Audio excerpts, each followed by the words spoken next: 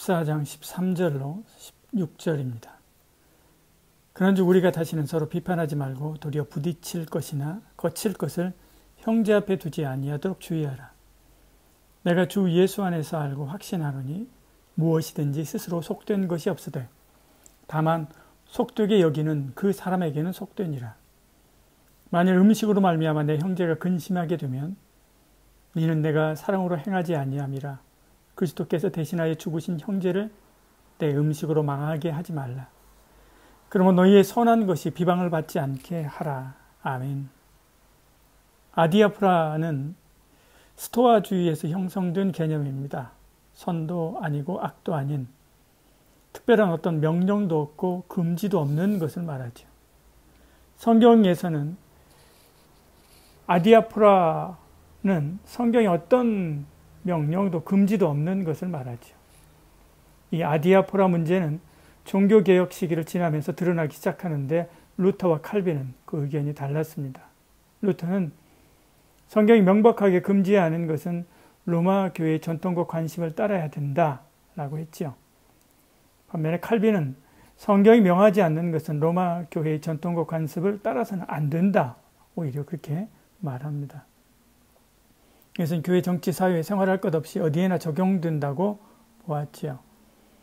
성경이 분명히 말하는 아디아포라, 이것은 말할 것이 없지만 명백하게 말하지 않는 것들이 있습니다. 예를 들어서 주일 낮 예배는 몇 시에 드려야 되는가, 어떤 옷을 입어야 되는가, 성찬식 후에 포도주는 어떻게 해야 되는가, 이런 것이지요. 지금 이들이 논쟁하고 있는 이방인 제단에 올라간 제물을 먹어도 되느냐 그렇지 않느냐 등도 다 이 아디아포라의 문제이지요. 이런 부분에서 자유해야 합니다. 칼빈은 우리가 누리는 자유는 세 가지 차원이 있다라고 이야기했습니다. 율법으로부터 자유, 양심으로부터 자유, 아디아포라부터 자유입니다. 그러니까 이런 것을 가지고 에너지를 낭비할 필요가 없다라는 말이죠. 사실 성경이 교훈과 책망과 바르게 함에 유익하지만 우리가 해야 할 것과 하지 말아야 될 것을 낱낱이 말하지 않습니다. 이렇게 해도 되고 저렇게 해도 되는 것이 많이 있지요. 어떤 옷을 입을 것인가, 짜장면을 먹을 건가, 짬뽕을 먹을 것인가. 그런데도 아디아포라의 문제를 결정할 때 중요한 원칙들이 있습니다. 공동체의 건덕을 위해서라든지 하나님의 영광을 위해서라든지 하는 등등의 그런 원칙들이 있죠. 오늘 성경 본문에서 말하는 아디아포라의 문제 앞에서 우리가 어떻게 해야 하는가, 그 원칙들을 살펴보고자 합니다. 첫째는 비판하지 말라는 거죠. 13절에 말씀합니다. 그런즉 우리가 다시는 서로 비판하지 말고 말씀하죠. 비판하지 말아야 됩니다. 스토아 학파에서는 아디아포라를 이렇게 말합니다. 이 모든 것은 어떤 손잡이로 그것을 집어드느냐에 달려있다. 그렇게 이야기하죠. 그러니까 비판한다는 것은 그것이 비판받을 만한 것이 아니라 비판하는 그 마음이 비판받아야 하는 것이죠. 그래서 14절에서 이렇게 말씀하는 것입니다. 내가 주 예수 안에서 알고 확신하노니 무엇이든지 스스로 속된 것이 없으되 다만 속되게 여기는 그 사람에게는 속되니라. 비판하는 순간 나는 그 비판하는 비판으로 이미 비판받은 것입니다. 누구에게서요? 자신에게서요. 한 사람이 한 문명입니다. 그 문명을 쉽게 비판할 수 없죠. 또 비판해서도 안 됩니다. 그러면 어떻게 해야 됩니까? 사랑으로 용납해야 되죠. 15절에 말씀합니다. 만일 음식으로 말미암아 내 형제가 근심하게 되면 이는 내가 사랑으로 행하지 아니함이라. 그리스도께서 대신하여 죽으신 형제를 내 음식으로 망하게 하지 말라라고 말씀하죠. 사랑이 없어서 상대를 이해하려 들지 않고 비판하면 그 형제가 근심하게 됩니다.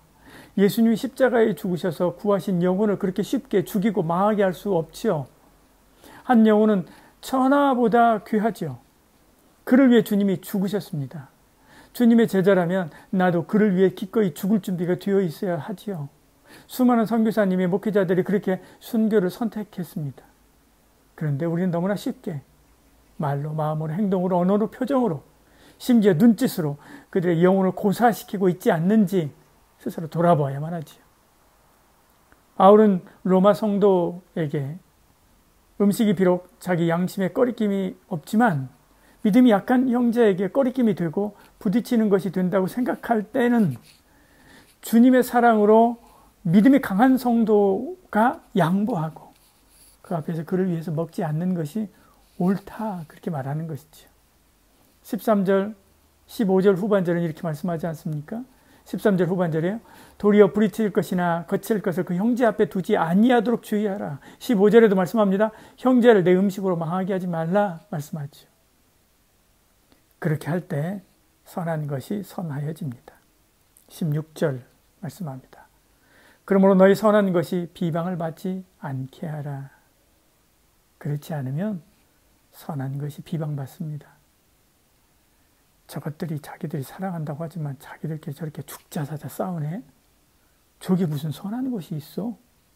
저런 거 하나도 양보하지 못하면서 저게 뭐 선한 사랑하고 어쩌고 할 수 있어? 라고 사람들이 생각한다는 것입니다. 지금 세상이 기독교에 대고하는 소리입니다. 여러분, 교회가 다양합니다. 성도도 다양하지요. 사역도 굉장히 다변화되어 있습니다. 나름대로 자기 주장하면서 교회는 이래야 되고 사역은 이래야 하고 전도는 이래야 되고 성도는 이래야 한다라고 강하게 주장하는 분들도 또한 있습니다. 거기에 따르지 않는 사람은, 자기 주장에 따르지 않는 사람은 잘못되고 틀린 것으로 매도하고 공격하는 사람도 있지요. 물론 성경에서 명백히 말씀하는 것은 목숨 걸고 지켜야 됩니다.